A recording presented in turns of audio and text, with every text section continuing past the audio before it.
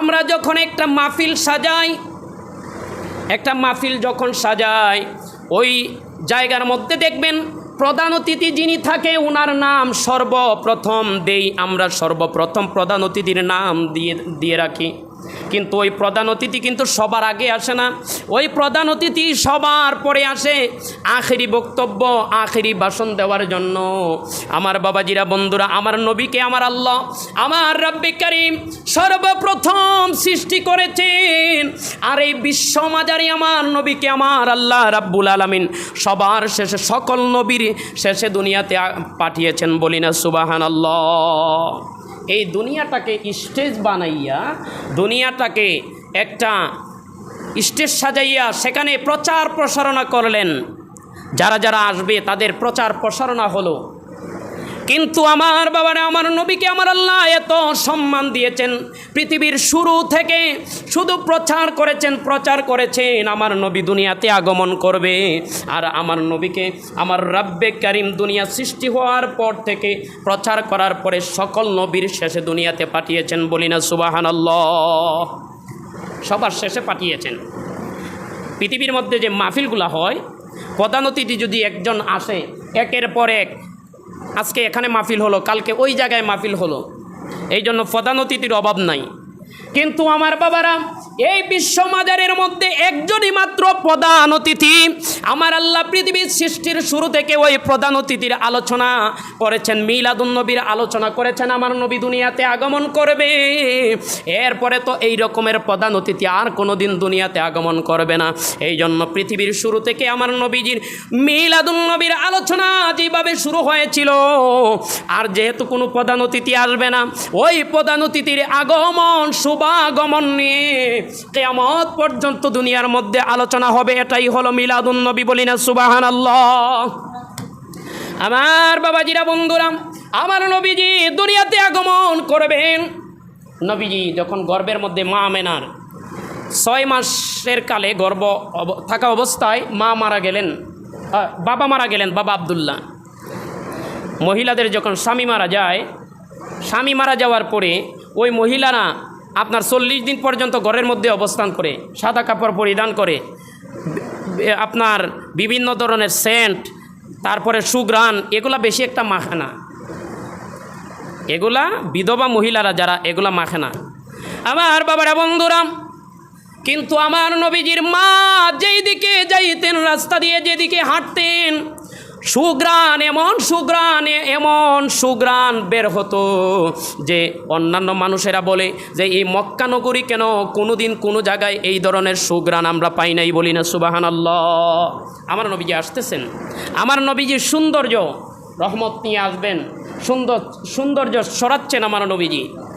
আমার বাবারা, বন্ধুরা, এই মানুষেরা বিচার দিতে লাগলো, রে আব্দুল মুতালিব, তোমার পুত্রবধূ স্বামী মারা গিয়েছে, তোমার ছেলে মারা গিয়েছে, তারপরেও তোমার পুত্রবধূ এইরকম সুঘ্রাণ কেন শরীরের মধ্যে মেখে মেখে বিভিন্ন জায়গায় যায়? ওনাদের কাছে বিচার আসলো। ওনারা ডেকে বললেন, ও বৌমা, ও আমেনা, তোমার স্বামী মারা গিয়েছে, তুমি এই রকমের সেন্ট সুঘ্রাণ কেন মেখে রাস্তাঘাটে বের হও? তুমি কেন এই ধরনের সুঘ্রাণ পারফিউম তুমি ব্যবহার করো?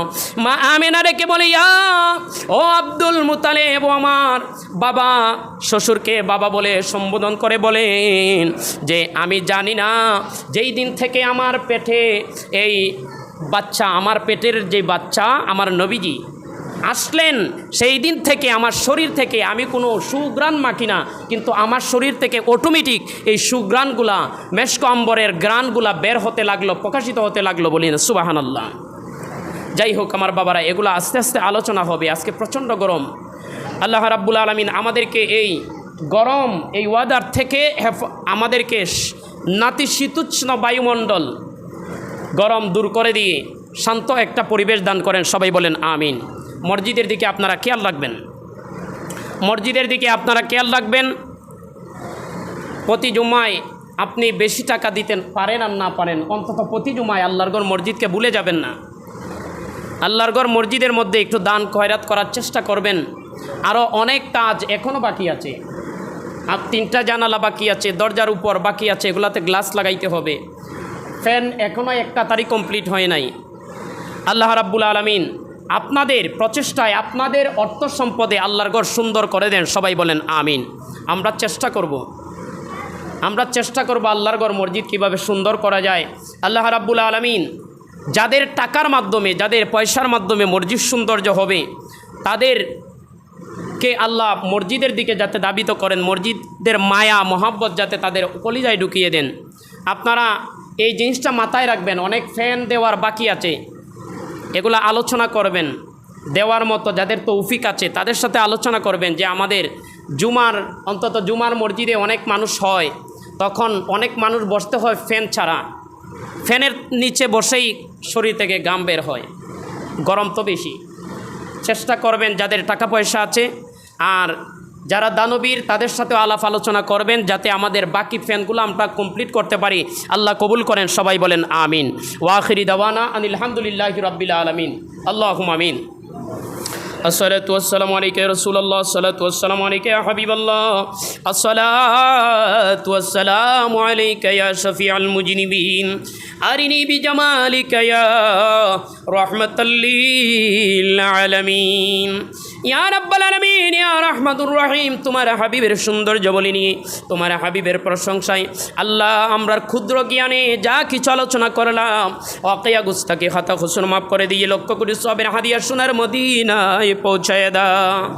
ও মুনিব রব্বুল আলামিন, ইয়া রব্বি কারীম, মালিক ও মাওলা, আমরার মধ্যে যারা বেমারি অসুস্থ আছেন আমরার বেমারগুলা আল্লাহ দূর করে দাও। আমাদের মধ্যে আল্লাহ কম বেশি অনেক মানুষ দুর্বল, অনেক মানুষ অসুস্থ আছে, সবাইরে তুমি শেফায়ে কামিলা আজেলা দান করে দাও। আল্লাহুম্মা ইয়া শাফি আল আমরাদি ইশফি মারদানা, ইয়া আল্লাহ শিফান কামিলা, ইয়া রব্বি কারীম, মালিক ও মাওলা, যাদের টাকা পয়সায় তোমার ঘরের সৌন্দর্য হচ্ছে আল্লাহ, তোমার বান্দারা বেশি না দিতে পারলেও প্রতি জুমায় তোমাকে ভুলে না গো আল্লাহ। ও মুনিব, 10 টাকা 20 টাকা 50 100 টাকা দিয়ে হলেও তোমার ঘরের মধ্যে প্রতি জুমায় অংশগ্রহণ করে আয় আল্লাহ রাব্বুল আলামিন প্রত্যেকের দানগুলি কবুল করে আল্লাহ দানের খবর মদিনাওয়ালার কাছে পৌঁছায়া দাও। বেশি বেশি আমাদের সম্পদ হালালভাবে তুমি বাড়াইয়া দাও, আমাদের আর্থিক যত দুর্বলতা সবলতায় ফিরিয়ে দাও। ও মুনিব মাওলা, অভাব অনটন দিয়ে আমরা তুমি কষ্ট দিও না গো আল্লাহ। তোমার ঘরটা যাতে আমরা সুন্দর করতে পারি সেই তৌফিক, সেই ক্ষমতা তুমি আমাদেরকে দান করে দাও। গাইবি মদদ দিয়ে আমরা তুমি সাহায্য ফরমাও। তোমার এক গোলাম হাত কেটে গিয়েছে মাওলা, দোয়া চেয়েছে, তোমার গোলাম মিলাদের ব্যবস্থা করেছে আল্লাহ, মিলাদ তুমি মকসুদে মঞ্জিলে পৌঁছে দাও, অতি দ্রুত তুমি সুস্থতা দান ফরমাও। আয় আল্লাহ রাব্বুল আলামিন, মুনিব মাওলা, এই মানব জাতি আশরাফুল মাখলুকাত, এই উম্মত শ্রেষ্ঠ উম্মত, সবার উপরে দামি মাওলা রে, যেই মাখলুকাতগুলির উপরে আমরা শ্রেষ্ঠত্ব দিয়েছো ওই মাখলুকাতগুলা দিয়ে আমরা রে তুমি অপমান করিও না আল্লাহ। এই মাখলুকাতগুলার আমাদের উপর গজব বানায় চাপাই দিও না ইয়া রাব্বাল আলামিন। যে জিনিয়তে হাত বাড়িয়েছে সবার হাতগুলি তোমার মকবুলিয়তে দপ্তরে ছেড়ে দিলাম বিওসিলাতুল মুস্তাফা লা ইলাহা ইল্লাল্লাহু মুহাম্মাদুর রাসূলুল্লাহ সাল্লাল্লাহু আলাইহি ওয়াসাল্লাম। আসসালামু আলাইকুম ওয়া রাহমাতুল্লাহি তাআলা ওয়া বারাকাতুহু। ওয়ালাইকুম রহমতুল্লাহি তাআলা ওয়া বারাকাতুহু। আসসালাতু ওয়াসসালামু আলাইকা ইয়া রাসূলুল্লাহ, আসসালাতু ওয়াসসালামু আলাইকা ইয়া হাবিবাল্লাহ, আসসালাতু ওয়াসসালামু আলাইকা ইয়া শাফিউল মুজনিবিন, আরিনি বিজামালিকা ইয়া রাহমাতাল লিল আলামিন। আলহামদুলিল্লাহি রাব্বিল আলামিন, ওয়াসসালাতু ওয়াসসালামু আলা মান কানা নাবিয়্যান ওয়া আদামু বাইনাল মাই ওয়াত-তিন ওয়া আলা আলিহি ওয়া আসহাবিহি ওয়া আহলি বাইতিহি ওয়া আউলিয়াই উম্মতিহি ওয়া উলামাই আহলি সুন্নতিহি আজমাইন। قال الله تعالى في شان حبيبه ومحبوبه وموشوقه مخبرا وآمرا إن الله وملائكته يصلون على النبي يا أيها الذين آمنوا صلوا عليه وسلموا تسليما اللهم صل سيدنا مولانا محمد وعلى آل سيدنا مولانا নবীদেরও নবী তুমি, উম্মতেরও কান্ডারি, মক্কাতে জন্ম তোমার ওগো দয়াল নবীজি। আল্লাহুম্মা সাল্লি আলা সাইয়্যিদিনা মাওলানা মুহাম্মদ ওয়া আলা আলি মাওলানা। নবী তোমার পিতা আব্দুল্লাহ, মাতা তোমার শ্রেষ্ঠ নারী মা আমেনা, দুধ মা তোমার মা হালিমা, কিতাবেতে পেয়েছি ওগো দয়াল নবীজি। আল্লাহুম্মা সাল্লি আলা سيدنا مولانا محمد وعلى آله مولانا। নবী তুমি কায়নাতের মূল, ওগো নবী তুমি হলে জান্নাতের ফুল। একবার দিদার দাও গো নবী, একবার দিদার দাও গো নবী, আমরা তোমার ভিখারি। আল্লাহুম্মা সাল্লি আলা সাইয়্যিদিনা মাওলানা মুহাম্মদ ওয়া আলা সাইয়্যিদিনা মাওলানা। এই পাগলদের মনের বাসনা,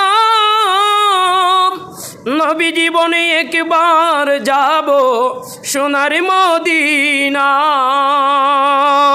স্বপ্ন যুগে দেখা দাও গো নবী, স্বপ্ন যুগে দেখা দাও গো নবী, আমরা তোমার ভিখারি। আল্লাহুম্মা সাল্লি سيدنا مولانا محمد وعلى سيدنا مولانا لا إله إلا لا جوڑ لا إله إلا كلمة لا إله إلا الله لا إله لا إله إلا الله لا إله إلا الله بول لا إله إلا الله لا إله إلا الله لا إله أذني حسبي ربي جل الله ما في قلبي غير الله نور محمد صلى الله بول نور محمد صلى الله لا إله إلا الله لا إله إلا الله لا إله لا إله لا مقصود إلا الله لا معبود إلا الله بولو لا إله إلا الله لا إله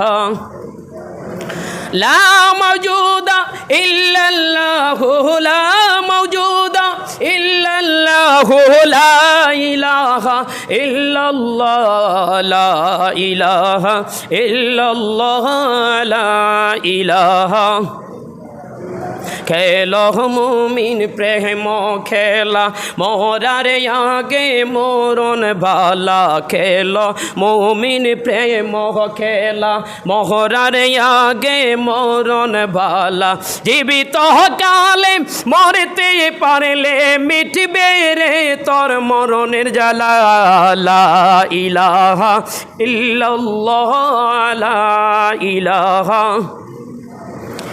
لا إله ইল্লাল্লাহু মুহাম্মাদুর রাসূলুল্লাহ সাল্লাল্লাহু তাআলা আলাইহি ওয়াসাল্লাম। একটু ইসমে জাতের জিকির আল্লাহ আল্লাহ আল্লাহ আল্লাহ আল্লাহ আল্লাহ, একসাথে আল্লাহ আল্লাহ আল্লাহ আল্লাহ। মায়া মেনার করে গোরে মায়া মেনার করে গোরে খুদার রহম জোরে জোরে আল্লাহ মাশাআল্লাহ আল্লাহ আল্লাহ আল্লাহ আল্লাহ আল্লাহ। শিশু নবীর আগমনে শিশু নবীর আগমনে খোদার রহম দুনিয়ায় এলো রে আল্লাহ আল্লাহ মারহাবা আল্লাহ আল্লাহ আল্লাহ আল্লাহ আল্লাহ আল্লাহ আল্লাহ। যার ওসিলায় দুনিয়া সিজন করলো আমার দয়াল মৌলাই রে, তিনি দয়াল নবী রহমতের ছবি রে আল্লাহ আল্লাহ আল্লাহ আল্লাহ আল্লাহ। যারো সিলাই সিজন ছবি যারো সিলাই সিজন ছবি তিনি আখেরি নবী রে আল্লাহ আল্লাহ আল্লাহ আল্লাহ আল্লাহ আল্লাহ আল্লাহ। এই দুইটি আঁখি দেখিতে চাই আমার দয়াল নবীর মুখ গো দয়াল নবী, তোমায় দেখলে মনে আমার লাগে নবী শোক আল্লাহ আল্লাহ আল্লাহ আল্লাহ আল্লাহ। তোমায় দেখিব বলে গো দয়াল তোমায় দেখিব বলে গো দয়াল কান্দি দিনে রাতে গো দয়াল নবীজি স্বপনে একবার দেখা দিবানি আল্লাহ আল্লাহ। এই শুনি টাকা দেখো আইকো আওয়াজ নাই ওই মিশিংয়ের জয়েন যেখানে কিতাটা লাগছে লা ইলাহা ইল্লাল্লাহু মুহাম্মাদুর রাসূলুল্লাহ সাল্লাল্লাহু তাআলা আলাইহি ওয়াসাল্লাম। সম্মানিত মুহতারাম মুতাওয়াল্লি মুরব্বিয়ানে আযম মুসল্লিয়ানে কেরাম, আমার নওজোয়ান ভাইরা উলামায়ে কেরাম তুলামায়ে আযম হুফাজুল কোরআন পর্দার আড়ালের আমার মা ও বোনেরা ছোটো ছোটো সোনামণিরা সকলের প্রতি আউয়ালুল কালাম পেশ করছি শান্তির বাণী। আসসালামু আলাইকুম ওয়া রাহমাতুল্লাহি তাআলা ওয়া বারাকাতুহু। মালিকের দরবারে শুকরিয়া জ্ঞাপন করি। আজ রবিউল আউয়াল মাস, তৃতীয় জুমা চলমান আছে। রবিউল আউয়াল মাসের তৃতীয় জুমায় আমার নবীজির সৌন্দর্যাবলী নিয়ে আলোচনা করা হয়েছে। আল্লাহ রাব্বুল আলামিন আমাদেরকে আল্লাহর ঘর মসজিদে আসার মতো সুযোগ করে দিয়েছেন, এই জন্য মালিকের দরবারে শুকরিয়া তার সবাই একবার শুকরিয়া বাণী আদায় করে বলি আলহামদুলিল্লাহ। আরও শুকরিয়া জ্ঞাপন করি আমাদের আকা মৌলা নবীনা হাবিবেনা তবিবেনা, জিনার উসিলায় আমরা মানব জাতির শ্রেষ্ঠ খেতাব পেয়েছি, উম্মতের মধ্যে শ্রেষ্ঠ খেতাব পেয়েছি, যার উসিলায় বিশাল হাসরের ময়দানে সকলের যখন বিচার করবেন আমার রব্বে করিম, তখনও রব্বে করিম নবীজির ইজ্জতে আমার নবীজির উসিলায় সবার সম্মুখ থেকে আমাদেরকে একটু আলাদা করে স্পেশালভাবে, যাতে সবার সামনে লজ্জায় পড়তে না হয়। মানুষ চলাফেরায় অনেক গুনাহ করে, অনেক ভুল করে, মানুষ নিষ্পাপ নয়, গুনাহ হবেই। আল্লাহ রাব্বুল আলামিন আমার নবীজির উসিলায় ইজ্জতে ওই হাসরের ময়দানেও আমাদেরকে সম্মান দিয়ে আলাদা বিচার করবেন, বলি সুবহানাল্লাহ। আমাদের ওই নবীজি পেয়ে আমরা খুশি, এই জন্য শুকরিয়ার বাণী আদায় করে আবারও বলি আলহামদুলিল্লাহ। আজকের আলোচ্য যে বিষয় সেটা হলো হুজুর সাল্লাল্লাহু আলাইহি ওয়াসাল্লামের সৌন্দর্য। বলি আমার নবীজি কেমন সুন্দর ছিলেন। পৃথিবী সুন্দর, আসমান সুন্দর, জমিন সুন্দর, ইউসুফ আলাইহিস সালাতু ওয়াস সালাম ছিলেন সুন্দর। পৃথিবীর সৌন্দর্য অনেক কিছু আছে, দেখার মতো অনেক কিছু আছে, কিন্তু আমার নবীজি কেমন সুন্দর ছিলেন। আমার বাবারা বন্ধুরা, আমার নবী বলে, আম্মা জান আয়েশা বলে, ও দুনিয়ার মানুষেরা, আমার নবী কেমন সুন্দর তোমরা জানো নি? হযরত ইউসুফ নবী আলাইহিস সালাতু ওয়াস সালামকে ওই মিশরের মহিলারা দেখার পরে তাদের হাতের মধ্যে আপেল দেওয়া হয়েছিল কাটার জন্য। তারা হযরত ইউসুফ নবীর সৌন্দর্য এমন মুগ্ধ তাদেরকে করেছিল যে তারা ওই সৌন্দর্যের দিকে তাকাইয়া তাদের হাতগুলি কেটে ফেলল, তাদের কোনো খবর নাই। বলি না সুবহানাল্লাহ। আম্মা জান আয়েশা বলে, রে দুনিয়ার মানুষেরা, আমার নবীদের কেমন সৌন্দর্য জানুনি? যদি ইউসুফ নবীর মতো এইভাবে যদি মহিলাদেরকে বসাইয়া দিয়া আমার নবীজির সৌন্দর্য দেখার কথা বলা হতো আর আপেল কাটার জন্য বলা হতো, আমার নবীজির সৌন্দর্য এত বেশি ছিল যে ওই মহিলারা হাত কাটতে কাটতে তার শরীর কেটে যদি কলিজাটাও কেটে ফেলতো, তারপরেও তারা টের পেত না। বলি না সুবহানাল্লাহ। আমার নবীজির সৌন্দর্য। যাই হোক, প্রতিদিনের মতো আমি খুতবায় কি বলা হয়েছে এটা একটু বাংলা আপনাদেরকে পড়ে শোনাবো, যেহেতু আপনারা যখন আমি খুতবা পড়ি তখন তো আর আরবি বুঝেন না আপনারা। আমরা বাংলাদেশের মানুষ, আরবি সম্পর্কে, ইংরেজি সম্পর্কে ফটাফট অনেক কিছু অনেকে বলতে পারে, কিন্তু আরবি সম্পর্কে যদিও আমরা মুসলমান তারপরেও দুর্বল। এই জন্য আরবি খুতবাটার বাংলায় একটু আপনাদেরকে পড়ে শোনাই। রাসূলে পাক সাল্লাল্লাহু আলাইহি ওয়াসাল্লামের জামালের মানে সৌন্দর্যের আশিকগণ, হে বাইগণ, আজ আমি রাসূলে পাক সাল্লাল্লাহু আলাইহি ওয়াসাল্লামের সৌন্দর্যবলীর কিয়দাংশ আলোচনা করিব। খুতবার মুসান্নেফ বলতেছেন, হযরত আবু হুরায়রা রাদিয়াল্লাহু তাআলা আনহু, আমরা যাদের থেকে হাদিস পেয়েছি ওনাদের মধ্যে সবচেয়ে বেশি হাদিস বর্ণনা করেছেন হযরত আবু হুরায়রা। তিনি বলতেছেন, রাসূলে পাক সাল্লাল্লাহু আলাইহি ওয়াসাল্লাম এর চাইতে অধিক সুন্দর আমি আর কিছু দেখতে পাই নাই। বলি না সুবহানাল্লাহ। অনেক কিছু আমি আগে বলেছি, সৌন্দর্যের দেখার মতো অনেক কিছু আছে যেগুলো দেখে মন চক্ষু মুগ্ধ হয়ে যায়, কিন্তু রাসূলের সৌন্দর্যর চাইতে, নবীজির সবচাইতে যিনি হাদিস বেশি বর্ণনা করেছেন তিনি বলতেছেন যে রাসূলের চাইতে সৌন্দর্য আর কিছু আমি দেখতে পাই নাই। সুবহানাল্লাহ। তাহার চেহারা মুবারক যেন সূর্য চমকিয়া যাইত। তিরমিজি শরীফের হাদিস। বলি সুবহানাল্লাহ। জাবির বিন সামুরা রাদিয়াল্লাহু তাআলা আনহু বলেন, এক চাঁদনী রাত্রিতে আমি একবার রাসূলে পাক সাল্লাল্লাহু আলাইহি ওয়াসাল্লামের চেহারার দিকে তাকাইলাম, আরেকবার চাঁদের দিকে দৃষ্টি করিলাম। একটা চন্দ্রর রাতে, পূর্ণিমার চাঁদের রাতে, এখন দেখবেন আসমানের মধ্যে কয়েকদিন ধরে চন্দ্রটা খুব সুন্দর দেখা যায় রাত্রে হলে। তিনি বলতেছে, আমি একবার চাঁদের দিকে তাকাইলাম, একবার রাসূলের দিকে আমি তাকাইলাম। ওই সময় রাসূলে পাক সাল্লাল্লাহু আলাইহি ওয়াসাল্লামের শরীরের একখানা লাল চাদর ছিল। এখানে একটা কথা বুঝে নেবেন, রাসূলের শরীরে লাল চাদর ছিল। ইসলামের মধ্যে পরবর্তীতে লাল পোশাকটাকে নবীজি নিষেধ করেছেন পরার জন্য। প্রথমে রাসূলের শরীরে লাল চাদর ছিল। আমি দেখতেছিলাম যে চাঁদ হইতে হুজুর সাল্লাল্লাহু আলাইহি ওয়াসাল্লামের সৌন্দর্য অনেক বেশি। বলি সুবহানাল্লাহ। এটাও তিরমিজি শরীফের হাদিস। হযরত আয়েশা রাদিয়াল্লাহু তাআলা আনহা বলেন, একদিন শেষ রাত্রে আমি সেলাইয়ের কাজ করছিলাম। সেলাইয়ের কাজ আমরা এখন বর্তমানে সজাগ থাকি প্রথম রাত 12টা পর্যন্ত, 2টা পর্যন্ত, শেষ রাতে ঘুমাই বেলা 8টা পর্যন্ত। এটা হলো আমরার সিস্টেম। কিন্তু রাসূলের পরিবার, ইসলাম যারা প্রকৃতভাবে পালন করে তাদের ঘুমের উপযুক্ত সময় হলো প্রথম রাত। এশার আগেই আপনি সব কাজ সেরে নেবেন, এশার পরপর আপনি ঘুমিয়ে যাবেন। এশার নামাজ আদায় করে আপনি ঘুমিয়ে যাবেন, তারপরে আবার আপনি জাগবেন আপনি তাহাজ্জুদের ওয়াক্তে, শেষ রাতে। ওনারা শেষ রাতকে গুরুত্ব দিয়েছেন, আল্লাহর নৈকট্য। এখানে আজকে আমরা এখানে এসেছি আল্লাহকে পাওয়ার জন্য, রাসূলকে পাওয়ার জন্য, আমরা দুনিয়া আখিরাতে সফল হওয়ার জন্য এখানে এসেছি। কিন্তু এই সফলতাটা নবীজি বলে সবচাইতে বেশি যেই সময় অর্জন করা যায় এটা হলো তাহাজ্জুদের ওয়াক্ত। বলি সুবহানাল্লাহ। আমার নবীজি হযরত আয়েশা রাদিয়াল্লাহু তাআলা আনহা বলেন যে আমরা সেলাইয়ের কাজ করতেছিলাম কোন সময়ে? রাতের শেষ সময়ে।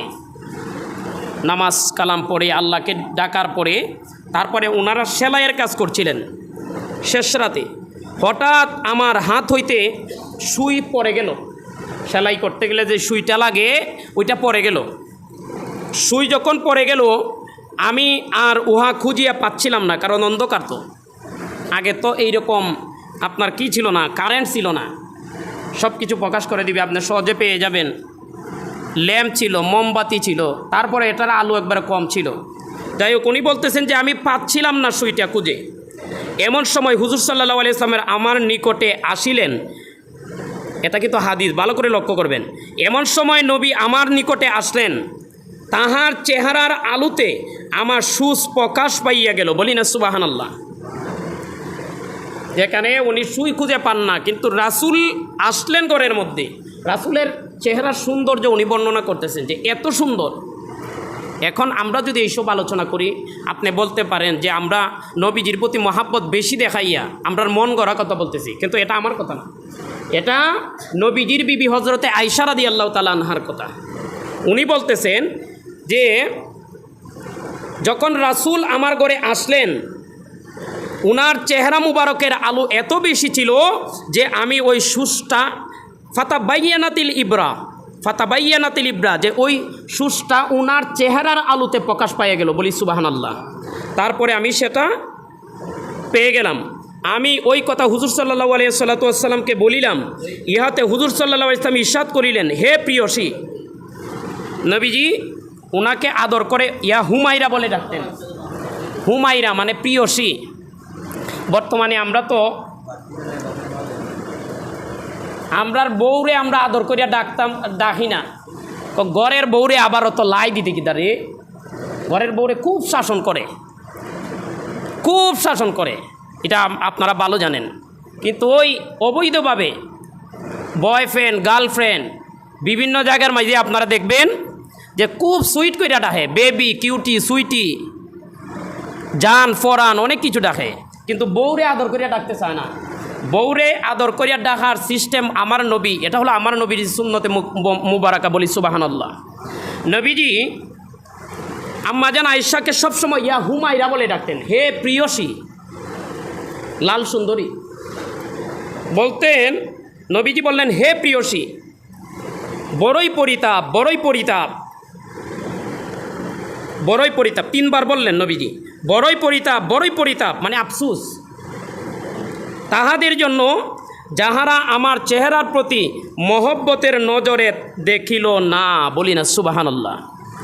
নবীজির চেহারার দিকে, নবীজির সৌন্দর্য আলোচনা করা, আমার নবীজির গুণগান করা, এটা যারা সহজভাবে নিতে পারলো না, যারা এটারে ভালোবাসলো না, তাদের জন্য বড়ই আফসোস, বড়ই পরিতাপ।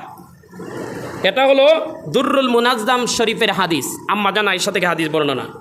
হযরতে আয়েশা রাদিয়াল্লাহু তাআলা আনহা আরও বলেন, একদিন আমি সুতা কাটিতেছিলাম, আর হুজুর সাল্লাল্লাহু আলাইহি ওয়াসাল্লামের নিজের জুতা মুবারক তিনি সেলাই করতেছিলেন। বলি সুবহানাল্লাহ।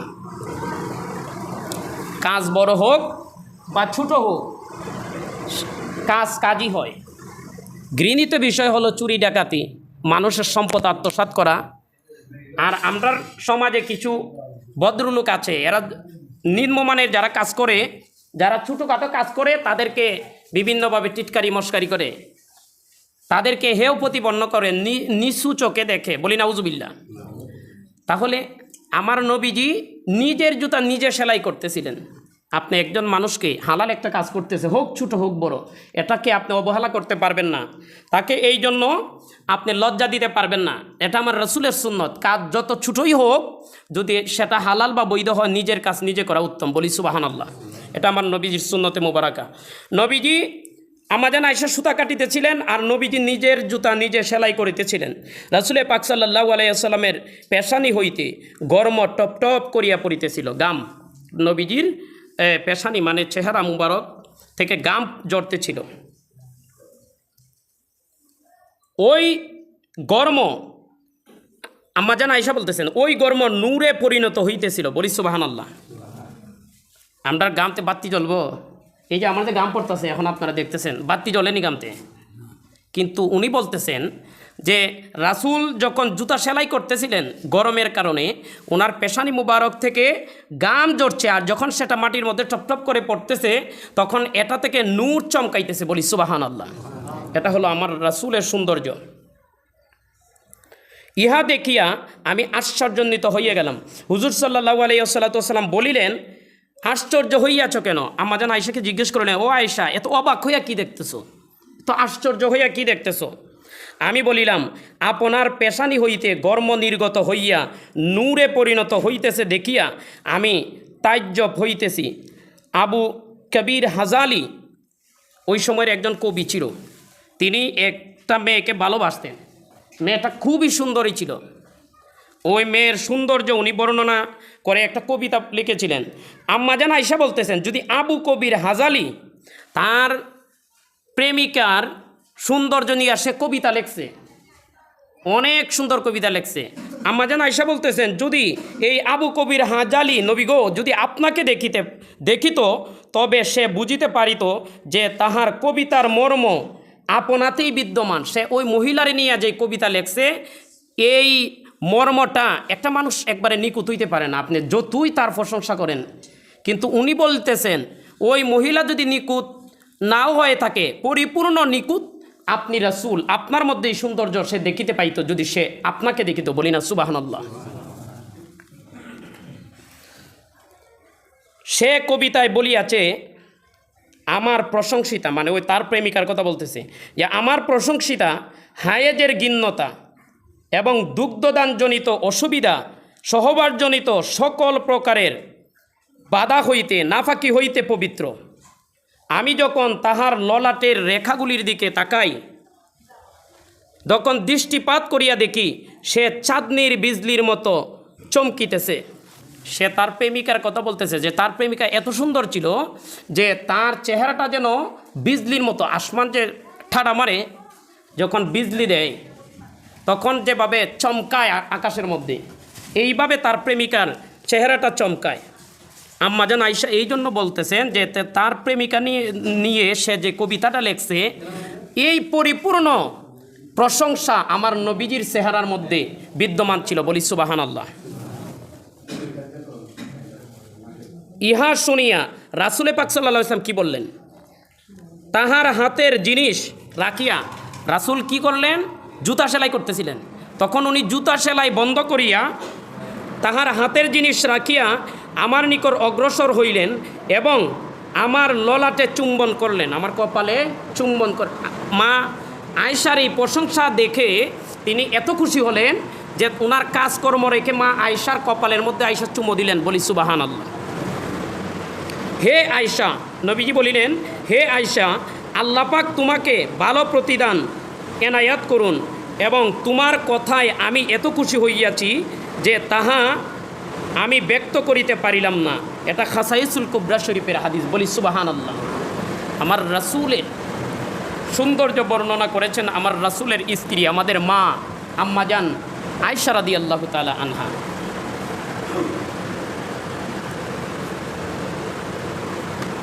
আপনারা স্বামী স্ত্রীর মধ্যে অনেক ঝগড়া বিভেদ হয়। যদি কোনো স্ত্রী বলে আমার স্বামীটা ভালো ছিল, তাহলে ওই স্বামী জান্নাতি। আবার কোনো স্বামী যদি বলে আমার স্ত্রী ভালো ছিল, ওই স্ত্রী জান্নাতি। বলি সুবহানাল্লাহ। আমার বাবারা, বন্ধুরা, আমার নবীজির যত বিবিরা ছিলেন, আমার নবীজির পরিবারের মধ্যে 11 মতান্তরে 13 জন বিবি ছিলেন। আমার নবীজির পরিবারের বিচার আচার কোনো দিন কাউকে করতে হয় নাই। আমার নবীজির দাম্পত্য জীবন, আমার নবীজিকে ওনারা এত বেশি ভালোবেসেছেন, আমার নবীজির সাথে রাগ করবেন তো দূরের কথা, এইভাবে আমার নবীজির প্রশংসা করেছেন। বলি না সুবহানাল্লাহ। আমার বাবাজিরা, বন্ধুরা, আমার নবীজির সৌন্দর্য কেমন সৌন্দর্য! আমি গত জুমায়ও বলেছিলাম, আমার নবী দুনিয়াতে আগমন করবেন। আমার রব্বে কারীম দুনিয়াতে মানুষ এবং জিনকে পাঠিয়েছেন তার ইবাদতের জন্য, তার গোলামির জন্য। এই ইবাদত করতে গিয়ে, মানুষের জীবন পরিচালনা করতে গিয়ে মানুষের অনেক ভুল ত্রুটি হয়ে যায়। মানুষ দুর্বল, খুলিকাল ইনসানু দঈফা, মানুষকে আল্লাহ দুর্বল করে বানিয়েছেন, এই জন্য মানুষের মধ্যে অনেক দুর্বলতা আছে আমার বাবারা বন্ধুরা। তারপরে আমার আল্লাহ মাপের অপশন রেখেছেন, বান্দারা ভুল করার পরেও যদি আল্লাহর দরবারে যদি মাপ চায় আমার আল্লাহ তাকে মাপ করে দিবেন। আমার বাবাজিরা বন্ধুরা, আমার আল্লাহ ওই মাপের যেই অপশনটা পৃথিবীতে সর্বপ্রথম জিনাকে মাপ করেছিলেন বাবা আদম আলাইহিস সালাতু ওয়াস সালাম, আর ওই মাপের প্রক্রিয়াটা আমার নবীজির উসিলা দেওয়ার কারণে বলি না সুবহানাল্লাহ। এটা হলো আমার নবীজির সৌন্দর্য, এটা হলো আমার নবীজির শানুমান। আমার বাবারা বন্ধুরা, দুনিয়াতে আমার নবী আগমন করবেন, আমার নবীজি দুনিয়াতে আগমন করবেন।